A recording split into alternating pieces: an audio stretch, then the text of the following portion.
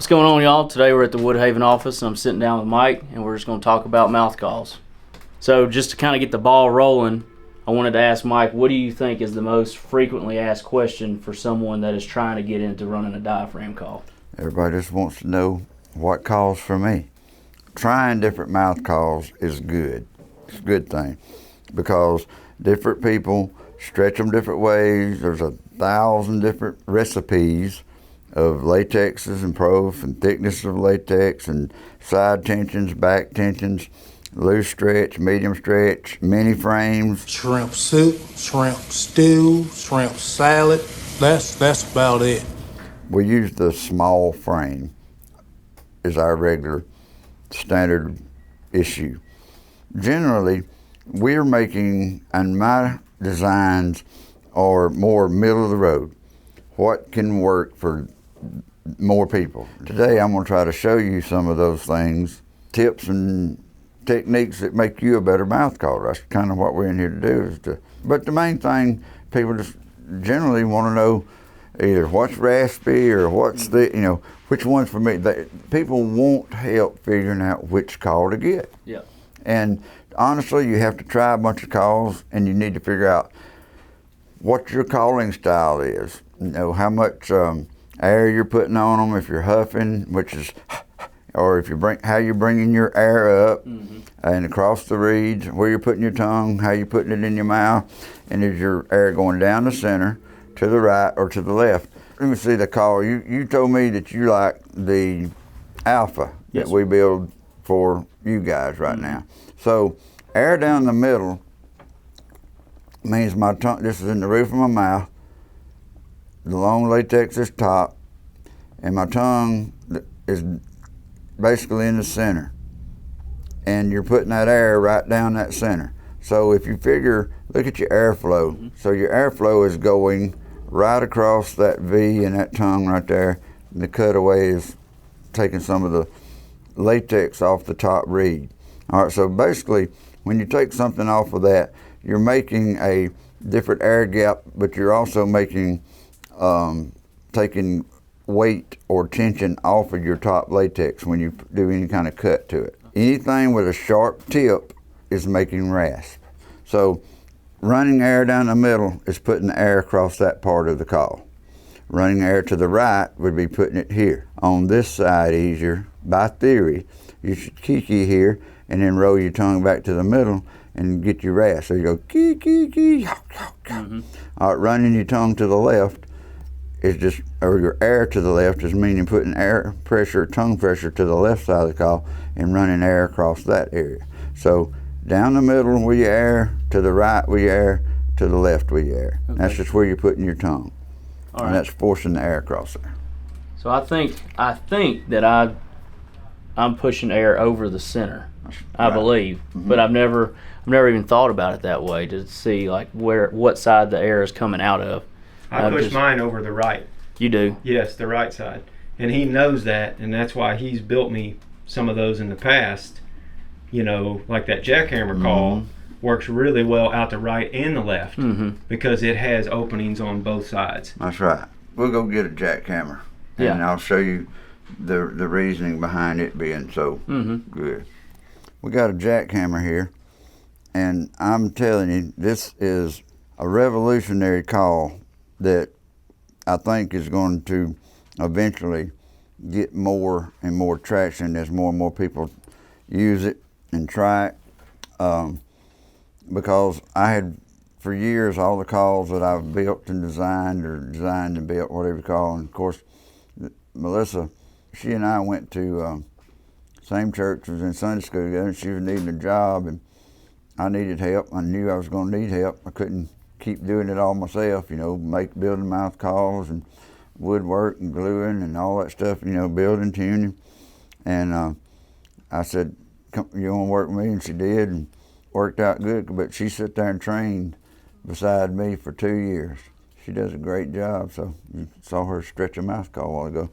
But the reason this jackhammer is so cool is I always wanted to make a call that I could sound like two different hens. Generally, you can change the way you hold your mouth and drop your jaw, different things, make different sounds. But I wanted a call that, like if I put a red wasp in my mouth and I got this one sound around the air down the center and just made that caw, caw, caw, caw. I wanted to be able to not take that call out and put a cutter in or a combo, which, you know, this is a derivative of a combo. That alpha you like is a combo. It's V with a cutout on one side. Well, I had to change mouth calls to actually get a different sound. Like I wanted to sound like a different hen. I wanted to yelp this way, and then I wanted to yelp like a different hen, like there's multiple hens there. And when I designed this jackhammer, I've got a call that if you run the air down the middle like we discussed, it's just a turkey. It ain't nothing wrong, ain't bad, it's a turkey. But if I run my air to the right, I get a specific turkey A sound. And then I switch my tongue and run my air to the left, I get sounds like a totally different turkey. From one call, one latex layup, stretch and everything, set of cuts, but the way I've got it cut and stretched, I get turkey A if I run my air to the right, and I get hen B if I run it to the left without changing anything, and no over manipulating and trying to change the way I'm holding my mouth and dropping my jaw. Anything that just simple, basic running the turkey call, I get 2 or 3 different hens out of that, and that's the amazing part. The more people use this jackhammer and figure it out, and I think it's a cut that anybody could use, because You know, this morning when I was doing that Jake yelping out the left. I could tell. Left air. When I was doing the hen yelping, I was yelping out the right. Yes, sir. All right, so Melissa just stretched you. This is your alpha. All right, Melissa just built you one. We just stacked it, and all that is alpha with a blue latex instead of a green on top.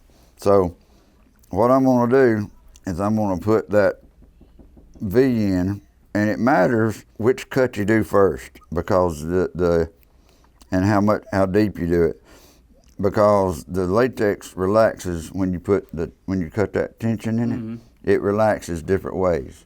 So actually a pretty good art to doing them right. Probably can't drink a lot of coffee before you start cutting on these things. They quit making my favorite coffee. So, all right, now on this one, I have made this one a little bit narrower V, where this one is generally opened up in a big V. I've made this V a little bit narrower because I want to hear you run the basic alpha, and then I want to start listening, see if I can pick up on anything that I can help you make your calling better. Okay.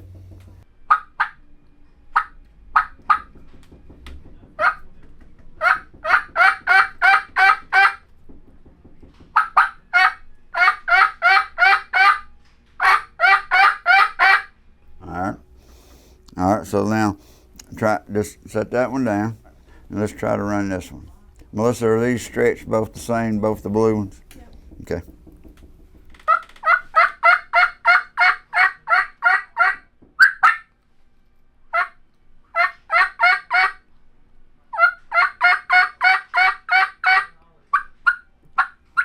All right, hand that to Melissa. And stretch me one with more back tension, Melissa, please. I think the back tension is going to help you, but we'll see. Can you tell me, does it feel heavy? Does it feel... It feels harder to run. Like I gotta push more air over it with more force, I feel like. Is that just those wings on the reed they're dragging? There's more tension. I'm actually going to take, instead of just taking one off like the alpha, I'm going to make you one kind of like a what we call a bat wing.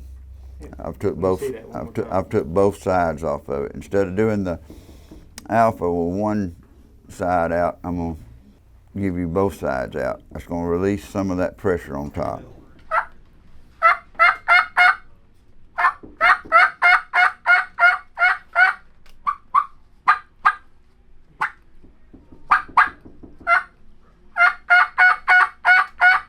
All right, you actually are controlling that call better because there's not as much tension on it. There's not as much latex for you to have to control. Right now, I'm fixing to cut. This has got more back tension, so I'm going to cut it for you like a alpha first, and then I'll take the other wing off if I want to. But I'm going to give you something with a little more back tension. But what I'm noticing, I can tell you're pushing and struggling with your air. I notice it in your body language and your eyes more. I'm noticing what you're wanting to push because you feel like you have to. We want to take that element away from you. You want to find that perfect blend, that perfect deal for you, where you don't feel that stress and the strain of making the call. And one thing that I would suggest, picking up what your style of call, you're generally huffing. You're trying to bring that air from the down here. You're doing all right, but you're going to have to. You're keeping your jaw tight and straight. When you do the front end, you need to keep your jaw, the air, your tongue up on the call, and you're keeping that bottom jaw like the Marine you are. You're keeping that bottom jaw tight. Yeah. You need to relax. You need to tighten, and you need to relax a little bit. You know, you need to relax your body language, and you need to just learn to make that airflow. You need to tighten your jaw. You don't need to tighten your body. Yeah. You've got that Marine mentality of, you know. And what I tell people to do is learn to put your air, if you like it down the middle, then practice it down the middle. In fact, let's just do the experiment that I usually have people do. Put your normal call that you use in your mouth. I want you to, down the middle, the way you always do it, I want you to make that call, put your air, get a good breath, how you're going to call, and I want you to make that call, get up there, and just put your tongue up there and make it go.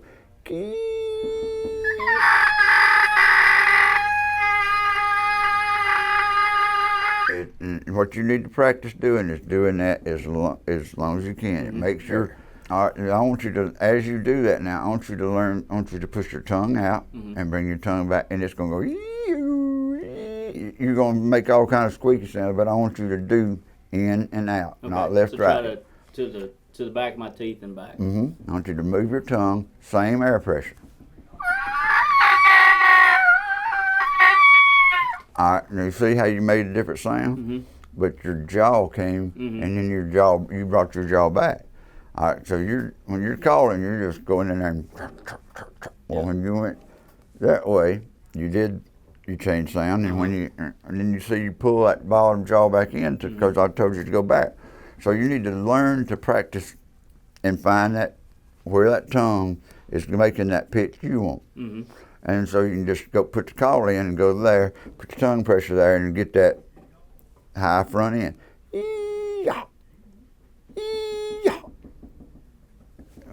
You've got to learn to drop that jaw to get that. Well, you're going. That's fine, but you want to be able to drop that jaw and make it. It'll make your air more efficient. Yeah. So that you're not. If you put your hand in front of your mouth when you're calling, and you feel a lot of air coming out, you're pushing a lot of air over the call with effort. Like you want to be able to just.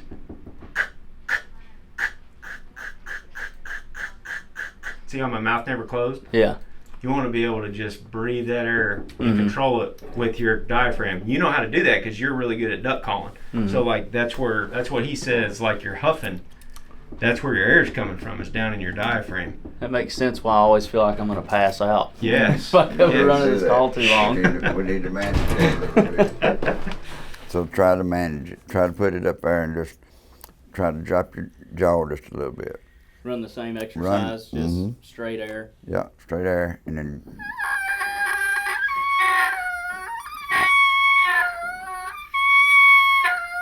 All right, so I would, if I wanted to kiki, I would put my tongue where you're doing when your jaw's out.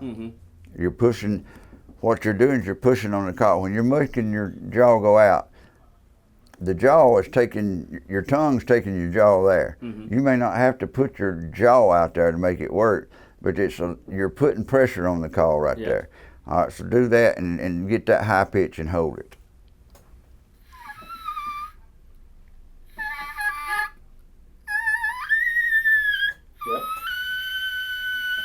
All right.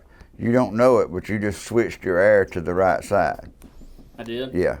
I watched your jaw change and watched the movements, and you switched that air to the right side, where it's clear. I told you 30 minutes ago you was gonna get a kiki across this because there ain't no latex on it. Yeah. You took path of human nature. You took path of least resistance, and that's where you should get your high pitch from. So now, take your air to the right, meaning put your tongue on that right side and make it go straight to that key.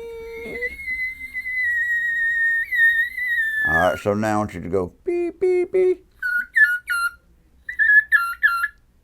Beep, beep. Beep, beep. Down the middle. I want you to put that tongue there to get that pressure, but I want you to say the word beep, beep, beep. Oh, yeah. There it is. There it is. Lord, thank you. No, that was good. All right, so now you're getting somewhere, right? All right, so now I want you to do the front end of that yelp, which is the key yawk.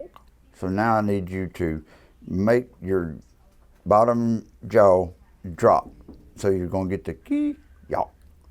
Pee, pee, pee, yawk, yawk.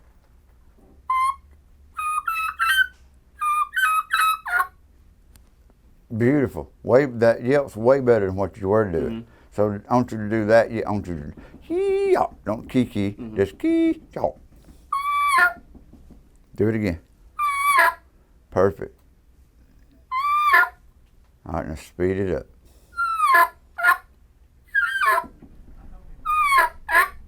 Your brain is going to try to make you go back because your brain is already trained to make that yelp the way you know how to do it. So you're going to have to break that. You're going to have to train yourself to get to that point, but do what I'm telling you to do. The key yawk, yawk. Slow myself down. Yeah, breathe through. That's another thing. Like you have to train your brain to breathe through your nose. Because if you have to breathe, if you have to pull air through your mouth, that's gonna make it harder, more stressful. Then you're gonna start forcing it just to get a sound. Like deep breath through the nose, and then the exact thing that he's telling you to do, just make it simpler. Like quicker, simpler. Like you don't have to make that full blown P key. Just like it's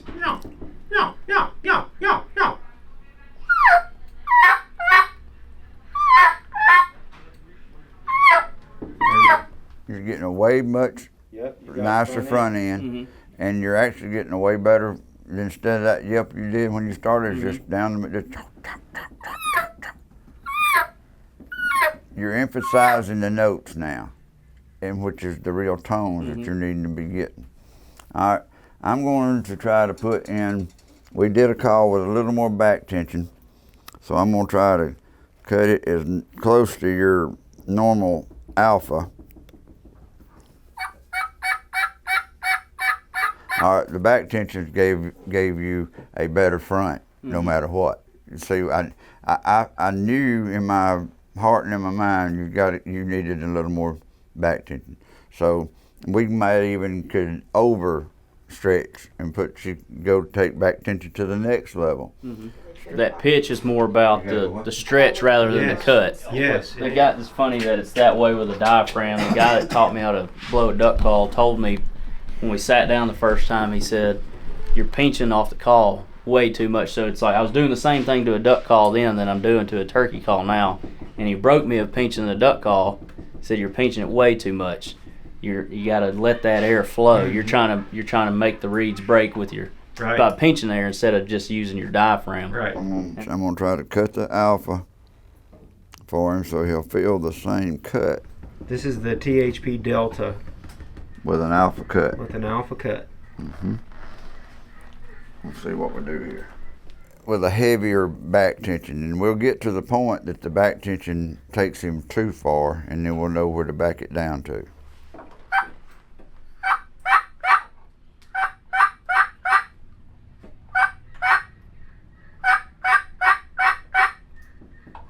Well, that's a four thousandths on top instead of a 3. Black 3 and a yellow probe. 2 yellow probes. So that's what you want? Yeah. Yelp out the right side. Melissa, what's the You're getting, stack? man, you're there. Right side of my He's mouth. really- It's hard. Like when I think right side, yelp out the right side. I want to yelp out the right side of my mouth, and I'm trying to focus on air Is it going two down the yellow right side, probes? and not just out the right of my mouth. Yes. You have to change one variable at a time. Otherwise, I don't know what changed when I'm trying to get you to fix it. Uh-huh. When I'm trying to help you get it fixed.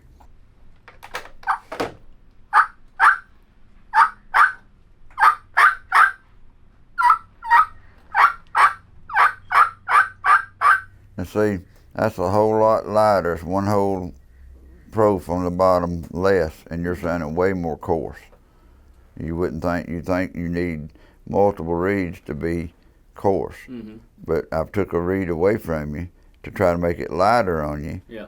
Now I just need you to run it for a minute to see if it's truly giving me what I, because sometimes these calls need a break-in time. Some folks need break-in time. Our calls really don't need break-in time per se. We pop the latex. It's pre-pop straight. We mic it. We check the thicknesses and everything. There's so many variables that we try to control. That's why the detailed labor into these calls is why they are. But in the details to what we do is why they are a Woodhaven.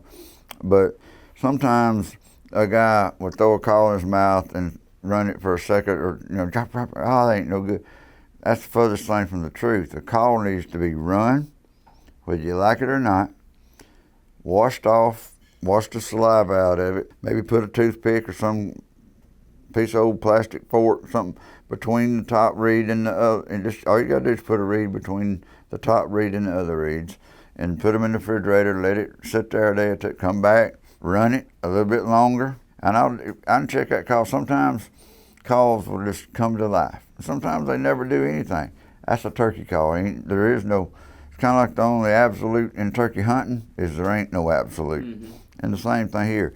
The good thing about the Woodhavens is they're consistent. That's one of the biggest things people say about our mouth calls is they're consistent. They're consistent.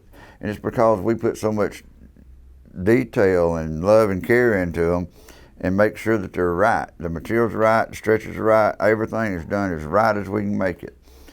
And that's the way we're able to keep doing them as perfect as again, because you can buy one of these today, you can buy one again next year, and it'll be so close to being identical, you don't know the difference. I mean, that's why people brag on us. All in her book right there. Yeah, don't show that book. That's highly off limits. That is top secret. I'd cut somebody if they messed with my book.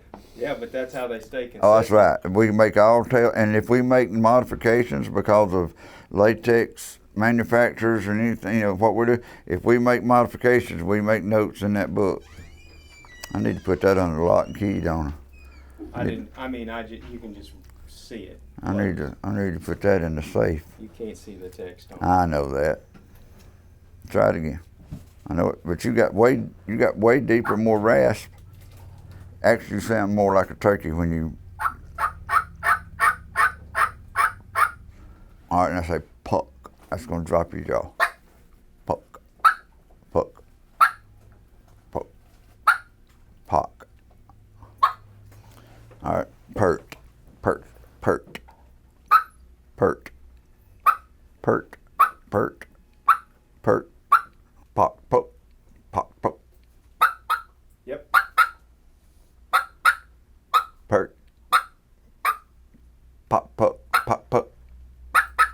Pert, pert, pop, pop, pop, pop, pert. There you go. Yep, that's so you don't have flat cutting. 'Cause if you hear a hen cutting, she's going high, then she's going low, and then she's in the middle. But she has a personality to how she does it, I know how the latex is going to react and release. So I have a method to what I'm doing with the scissors. That right there is fixing to light up your world. So what's it stretched like? I ain't telling you. Okay. Just run the call. Like I tell you, it don't matter how it's stretched. Love you. Yep. Appreciate you, hon. You're welcome. Bye, babe. See y'all Mhm. tomorrow. See you. Thank you. Tell Ryder I said hello. I sure will.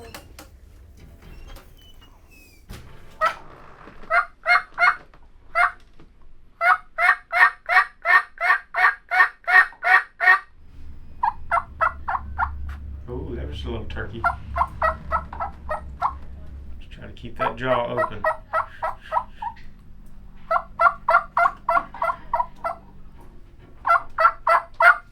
Oh yeah.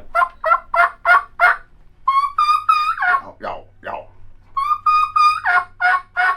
Emphasize that. You're not emphasized. So now I don't even care if it sounds like crap. Emphasize that. Y'all. All right, now that was fine, but sharpen it up. I mean,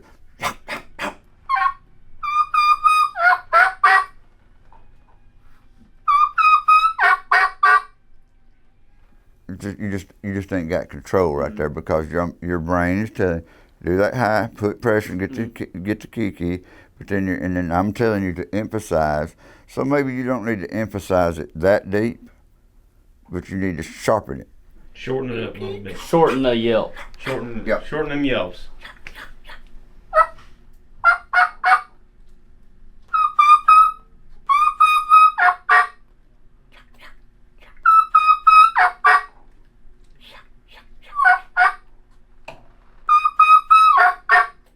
It's getting there. All right, now kiki on the other side. It's awkward because you've never forced yourself to do that. You're right-handed. You're probably right-eye dominant. Everything in you're right-sided. Force yourself to learn. If your right hand was broke, how would you wipe your butt? You better start training with your left. And if your right hand was broke, how you gonna feed yourself? You better start training with your left. Train that left side to call.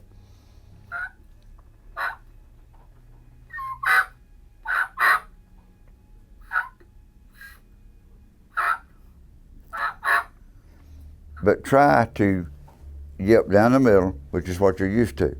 And I can convert you to the right because your brain and you are willing to do that. I want you to yelp this time down the middle and then keep sliding it left till you're yelping to the left. Okay. I want you to yelp down the middle and just keep yelping and keep making that tongue go left. It's just light, short ones so you got breath. Boom. There it is. Try that again. Same thing. Yep. I may make something out of you yet. That's Yes, you've changed the turkey in the last few minutes. You've changed the turkey because you're listening to airflow, willing to change airflow, emphasize the end of your yelp, emphasize the front of your yelp. Key, y'all. Simple techniques sound stupid when you're practicing them, but that's why people are doing their hands and they're pop, pop. They're trying to make themselves remember things, which I want to say pop, pop, pop, pop, pop. It makes your mouth do different. If you trained your mouth to make the chamber and you put your tongue where you want to in the right place on that, it sounds like a whole lot of list of things it's got, and it does. It is, but it's pretty simple once you get it muscle memory. Yeah. And the next thing you know, you're doing it.